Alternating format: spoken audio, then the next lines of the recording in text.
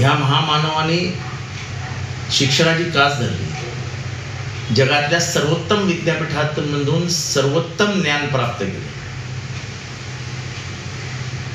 Economics, law, history, anthropology, psychology, sociology सांगाल त्या विषयामध्ये प्रवीण झाला. आणि या माणसाने भारतीय समाज व्यवस्था बदलली.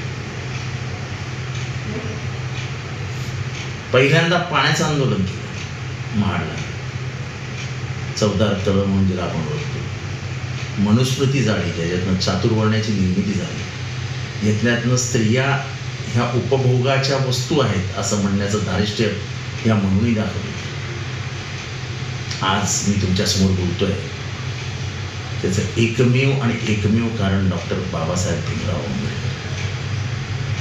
या भीमानं आमचं आयुष्य घडलं. आमच्या पूर्वजांनी ज्या यातना भोगल्या त्या यातनांचा विचार केल्यानंतर मनातल्या ज्या भावना येतात त्या भावनांबद्दल फक्त एकच आशा व्यक्त होते, भीमा तू नसतास तर. हा विचारच करत नाही.